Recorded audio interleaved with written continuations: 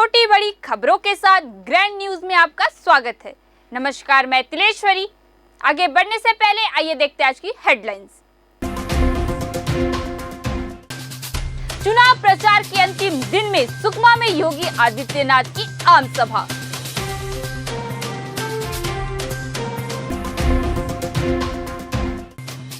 PCC अध्यक्ष दीपक बैज ने जारी किया भरोसे का घोषणा पत्र।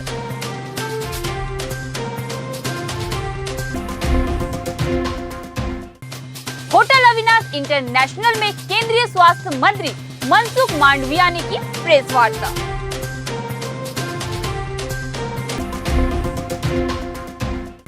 जिला निर्वाचन अधिकारी के नेतृत्व में हजारों की संख्या में लोग मतदाता जागरूकता मशाल रैली में हुए शामिल। अब खबरें विस्तार से। पहले चरण के मतदान में चुनाव प्रचार के अंतिम दिन में सुकमा में योगी आदित्यनाथ की आम सभा हुई। भाजपा प्रत्याशी स्वयं मुक्का के लिए वोट मांगा। छत्तीसगढ़ प्रदेश कांग्रेस सरकार की नाकामियों को बताते हुए कवासी लखमा के गढ़ में योगी आदित्यनाथ ने जमकर हुंकार भरी। प्रदेश में भाजपा की सरकार बनी तो दोषियों को कड़ी सजा दी जाएगी। यह रामलाला का ननिहाल है। बहुत जल्द अयोध्या में राम दरबार का शुभारंभ होने वाला है। आप सभी वहां दर्शन को आए और छत्तीसगढ़ में डबल इंजन की सरकार बनाकर प्रदेश को भ्रष्टाचार मुक्त करे। भाजपा के प्रत्याशी समेत सभी बड़ी संख्या में भाजपाई मौजूद रहे।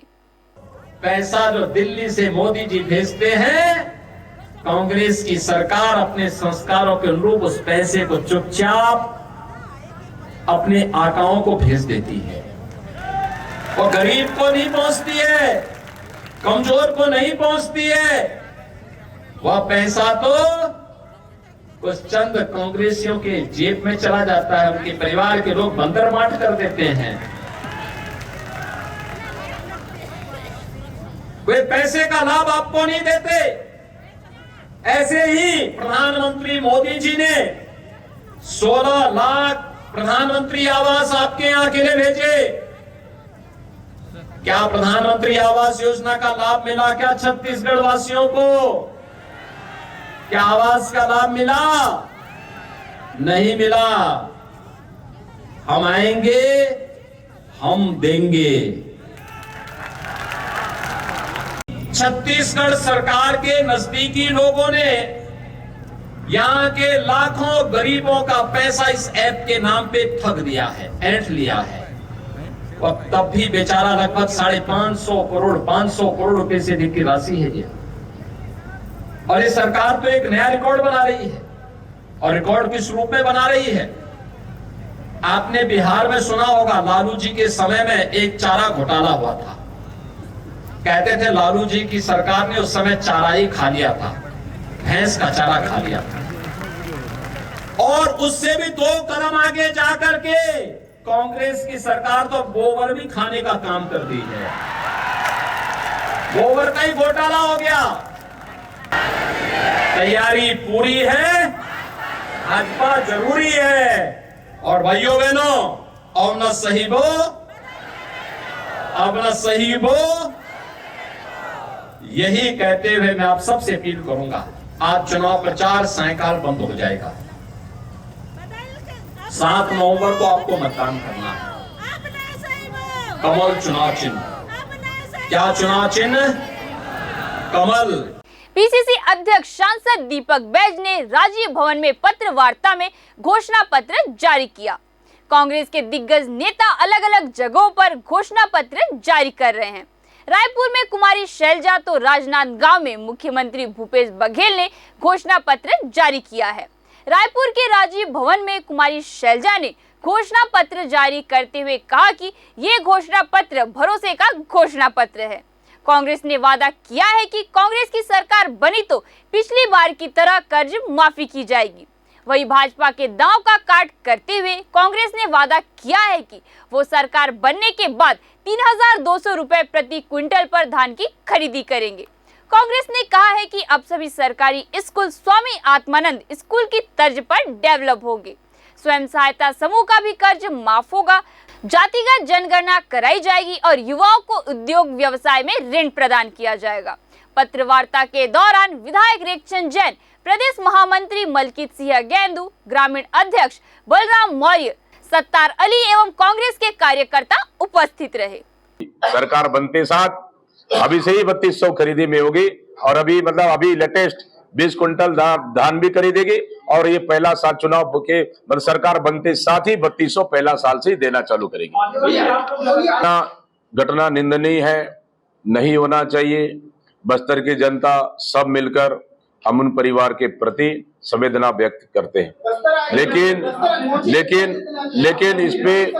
लेकिन इस पे राजनीतिक नहीं होना चाहिए, क्योंकि हमारी बस्तर शांति की ओर लौट रहा है। पहली बार हमारे राज्य में ट्रक व्यवसाय को लिए हमारी सरकार आने के बाद इनको माफी करने का घोषणा किया है। 700 नए रिपा का होगा निर्माण।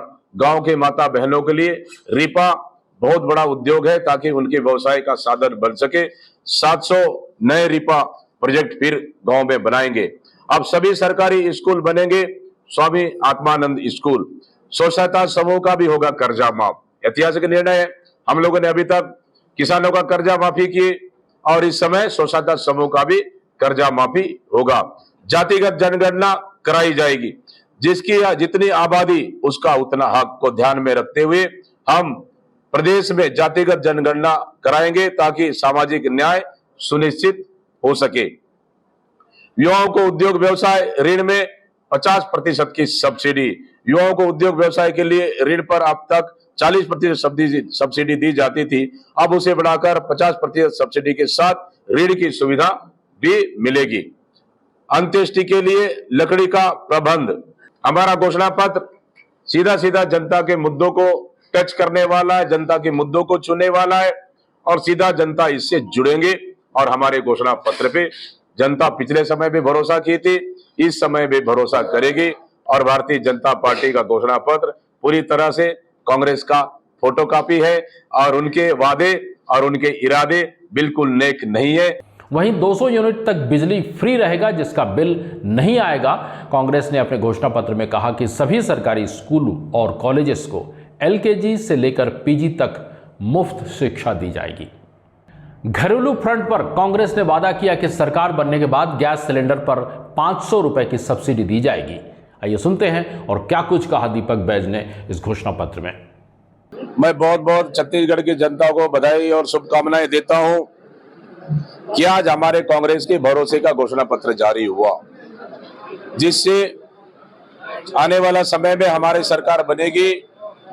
छत्तीसगढ़ की जनता का विकास और उनकी आर्थिक मजबूती के लिए हमारा घोषणा पत्र आया है।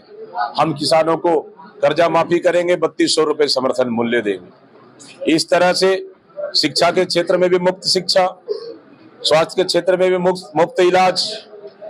इस तरह से हम लोग 20 मुद्दों को लेकर माता बहनों का कर्ज माफ, फिर 500 रुपए गैस सिलेंडर हम दे रहे हैं उनको सब्सिडी, मतलब इन सारी मुद्दों को लेकर हम जनता के बीच जा रहे हैं। हमारी घोषणा पत्र में जनता का भरोसा है और इसके दम पर हम आने वाला समय छत्तीसगढ़ में 75+ सीट जीत कर आई। भाजपा के मैनिफेस्टो में बस्तर के लिए विशेष पैकेज। केंद्रीय स्वास्थ्य मंत्री मनसुख मांडविया ने होटल अविनाश इंटरनेशनल जगदलपुर में प्रेस वार्ता कर छत्तीसगढ़ विधानसभा चुनाव के लिए मोदी गारंटी 2023 लॉन्च पर आभार व्यक्त करते हुए केंद्रीय स्वास्थ्य मंत्री मनसुख मांडविया ने इस घोषणा पत्र को जीत के संकल्प का घोषणा पत्र बताया। भाजपा का संकल्प पत्र जारी करते हुए उन्होंने कहा कि भाजपा जो कहती है वह करती है। हमने इस संकल्प पत्र में जो घोषणाएं की है वह पूरी ईमानदारी के साथ लागू की जाएगी। मांडविया ने किसानों, मजदूरों, महिलाओं और विद्यार्थियों सहित सभी वर्गों का ध्यान रखते हुए तैयार किए गए घोषणा पत्र को बताते हुए विश्वास दिलाया कि छत्तीसगढ़ को विकसित और समृद्धशाली राज्य बनाने में भाजपा कोई कसर बाकी नहीं रखेगी। अभी मोदी जी ने देश में 12 करोड़ यानी कि 12 करोड़ फैमिली यानी कि 60 करोड़ लोगों को 5 लाख तक का मुफ्त इलाज की व्यवस्था की। इतना ही नहीं, आज तक 6 करोड़ से ज्यादा लोगों ने उसका लाभ लिया है। हम छत्तीसगढ़ में वादा करते हैं कि 5 लाख की आयुष्मान भारत योजना का इम्प्लीमेंटेशन तो हो ही रहा है, लेकिन उससे अतिरिक्त 5 लाख से भी किसी को ज्यादा खर्च आएगा, बड़ी बीमारी, किडनी का ऑपरेशन करना है, बाल का ऑपरेशन करना है, अभी तो समय बनता है, कैंसर के भी पेशेंट बढ़ रहे हैं, इस स्थिति में कोई बड़ा कैंसर का ऑपरेशन करना, ज्यादा खर्च की आवश्यकता हो, एडिशनल 5 लाख राज्य सरकार की योजना से हम सुनिश्चित करेंगे, ताकि राज्य के कोई गरीब और मध्यम वर्ग के व्यक्ति इलाज से वंचित ना रह जाए। हम भारतीय जनता पार्टी की ओर से गारंटी देते हैं कि ऐसा 500 न्यू जन औषधि केंद्र खोला जाएगा, वो भी पीपीपी मोड पर खोला जाएगा। आप में से भी, आपके क्षेत्र में भी कोई युवा फार्मासिस्ट अप्लाई करेगा तो हम 20% कमीशन देंगे, 20% उसके सेल पर कमीशन देंगे, 3 लाख रुपए की सहायता करेंगे और यहाँ भी जन औषधि केंद्र खोल के गरीबों को सस्ती दवाएं मिलेगी और चलाने वाले एक जन औषधि केंद्र यानी कि मेडिकल स्टोर चले तो 2-3 लोगों को रोजगार मिलता है, ऐसा रोजगार का अवसर भी प्राप्त होगा। हमने तय किया है नेशनल कैपिटल रीजन डेवलपमेंट भी एक महत्वपूर्ण पार्ट है। जैसा डेवलपमेंट होगा, इंडस्ट्रीज आएगी तो स्वाभाविक तौर पर एम्प्लॉयमेंट भी जनरेट होगा। कलेक्टर एवं जिला निर्वाचन अधिकारी विजय दयाराम के नेतृत्व में हजारों की संख्या में लोग मतदाता जागरूकता मशाल रैली में शामिल हुए। स्वीप कार्यक्रम मतदाता जागरूकता अभियान के तहत मशाल रैली का शुभारंभ जगदलपुर के हाता ग्राउंड से किया गया, जो संजय मार्केट दंतेश्वरी मंदिर के पास से गुजरते हुए दलपत सागर के रानी घाट पहुंचा। रानी घाट में दीपों को सागर में प्रवाहित किया।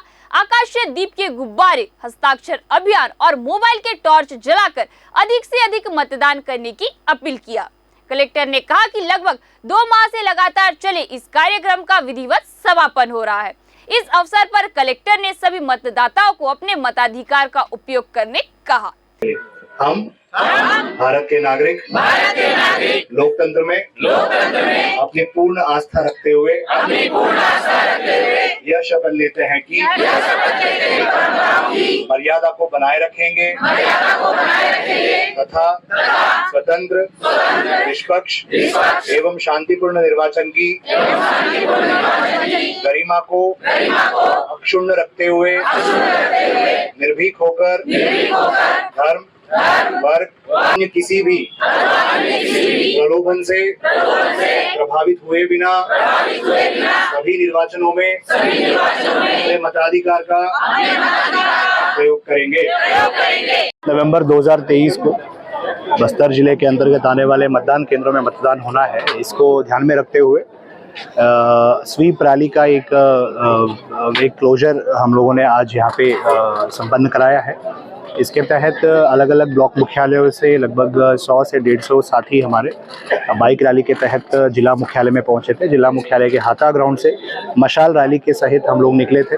निकल के यहाँ पे दलपत सागर में दीप प्रज्वलित कर हम लोगों ने आज इसका समापन किया है। साथ ही साथ में एक सिग्नेचर कैंपेन भी आज हम लोगों ने रखा था, जिसमें बढ़ चढ़कर बहुत बड़ी संख्या में लोगों ने हस्ताक्षर भी किया है। मैं आप मीडिया साथी के माध्यम से सभी मतदाताओं से, जिले के प्रत्येक मतदाता से निवेदन और आग्रह करना चाहूँगा कि 7 नवंबर 2023 को जहाँ पे हमारे अपने नज़दीकी मतदान केंद्रों में जहाँ पे भी आपका नाम पंजीकृत है, वहाँ पर जाके जरूर अपना मतदान का प्रयोग जरूर करेंगे। Thank you. भाजपा जिला उपाध्यक्ष और जिला पंचायत सदस्य रतन दुबे की 4 नवंबर शाम को नक्सलियों ने हत्या कर दी। आज दुबे को अंतिम विदाई देते वक्त केदार कश्यप भावुक हो गए। कश्यप और रतन दुबे ने लंबे समय तक एक दूसरे के साथ काम किया है। सभी के सुख दुख के साथी रतन दुबे का अचानक सबको छोड़कर चले जाना नारायणपुर सहित पूरे प्रदेश के लिए अपूरणीय क्षति है। दिनांक 4 नवंबर 2023 के शाम करीब 5:30 बजे जिला नारायणपुर के थाना झाराघाटी क्षेत्र अंतर्गत ग्राम गौसलनार में चुनाव प्रचार प्रसार हेतु गए श्री रतन दुबे जिला पंचायत सदस्य नारायणपुर की अज्ञात माओवादियों के द्वारा धारदार हथियार से हमला कर हत्या कर दिया गया है। घटना की सूचना प्राप्त होने पर पुलिस एवं सुरक्षा बल को घटनास्थल की ओर रवाना किया गया था, जो घटनास्थल पर पहुंचकर मृतक के शव को लेकर जिला मुख्यालय नारायणपुर की ओर रवाना हुए हैं और मामले में पुलिस के द्वारा अग्रिम वैधानिक कार्यवाही किया जा रहा है और क्षेत्र में सुरक्षा बल के द्वारा जो है सर्चिंग गश्त किया जा रहा है। चुनाव 2023 के लिए आईजीपी सुंदरराज पी का जनता के नाम संदेश। छत्तीसगढ़ विधानसभा चुनाव हेतु 7 नवंबर को बस्तर संभाग के 12 विधानसभा क्षेत्र में चुनाव प्रक्रिया संपन्न होगा। चुनाव कार्रवाई को सुरक्षित एवं व्यवस्थित तरीके से संपादित करने के लिए DRG, STF, cobra, Bastar fighter, CRPF, BSF, ITBP, SSB एवं चुनाव आयोग से आवंटित अन्य सुरक्षा बल तथा सीमावर्ती राज्य के महाराष्ट्र, तेलंगाना, उड़ीसा, आंध्र प्रदेश के स्पेशल फोर्सेस को लेकर बॉर्डर इलाका तथा अंदरूनी क्षेत्र में लगातार नक्सल विरोधी अभियान संचालित की जा रही है। नक्सल संवेदनशीलता के आधार पर 600 से अधिक मतदान केंद्र में स्पेशल फोर्सेस तथा सीएपीएफ तैनात की जा रही है। अन्य मतदान केंद्र में भी केंद्रीय अर्धसैनिक बल तथा स्थानीय पुलिस बल को तैनात करके चुनाव प्रक्रिया को सुरक्षित तरीके से संपादित करने के लिए सभी इंतजाम की गई है। हम क्षेत्र की जनता से अपील करना चाहते हैं, लोकतांत्रिक व्यवस्था को मजबूत करना हम सबकी संयुक्त जिम्मेदारी है। इस जिम्मेदारी निभाने के लिए अधिक से अधिक संख्या में 7 नवंबर को मतदान केंद्र तक पहुंचे और अपना मताधिकार को प्रयोग करें।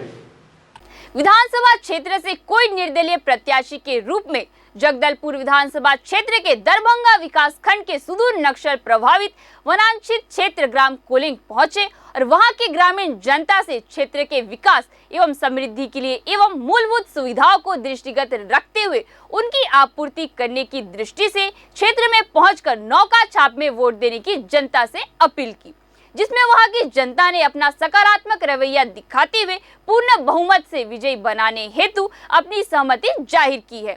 निर्दलीय प्रत्याशी विपिन कुमार तिवारी वर्तमान में ऐसे प्रत्याशी हैं जो एक सामान्य वर्ग से आते हैं तथा पूर्व में अनियमित दैनिक वेतन भोगी ठेका कर्मचारी के बीच रहकर उनके लिए लड़ाई लड़कर एक श्रेष्ठ कर्मचारी बने हैं। वे बताते हैं कि वे सत्तारूढ़ दोनों बड़ी राजनीतिक पार्टियों के शोषण का शिकार हुए थे, तब जाकर चुनावी मैदान में उतरने का निर्णय लिया है। अब देखना यह है कि क्षेत्र की जनता कितना इनके संघर्ष को मतदान के रूप में अपना बहुमूल्य वोट देकर इनको सेवा का मौका देती है। पुलिस को सूचना प्राप्त हुआ था कि 2 व्यक्ति अपने आधिपत्य के बैगों में अवैध मादक पदार्थ गांजा रखकर परिवहन करने हेतु जगदलपुर के तरफ जाने वाले बस का इंतजार कर रहे हैं कि सूचना पर ग्राम धनपुंजी फॉरेस्ट नाका में पहुंचकर घेराबंदी कर आरोपी आदर्श ठाकुर एवं औपचारिक बालक उम्र 16 साल निवासी सिरोह मध्य प्रदेश को पकड़े, जिनके बैगों का तलाशी लेने पर आरोपियों के कब्जे से कुल 12.300 किलोग्राम मादक पदार्थ गांजा कीमत 12,300 रुपए एवं एक नग मोबाइल को जब्त कर आरोपियों का कृत्य अपराध धारा एनडीपीएस एक्ट का पाए जाने से एक आरोपी को गिरफ्तार कर और एक औपचारिक बालक को निरुद्ध कर अपराध सदर कायम कर विवेचना में लिया गया है। आरोपी को न्यायिक रिमांड पर न्यायालय पेश करने रवाना किया गया है और औपचारिक बालक को किशोर न्यायालय पेश किया जा रहा है। ग्रैंड न्यूज में आज के लिए बस इतना ही। आपसे फिर मुलाकात होगी नई ताजा तरीन खबरों के साथ। तब तक के लिए हमें दीजिए इजाजत। नमस्कार।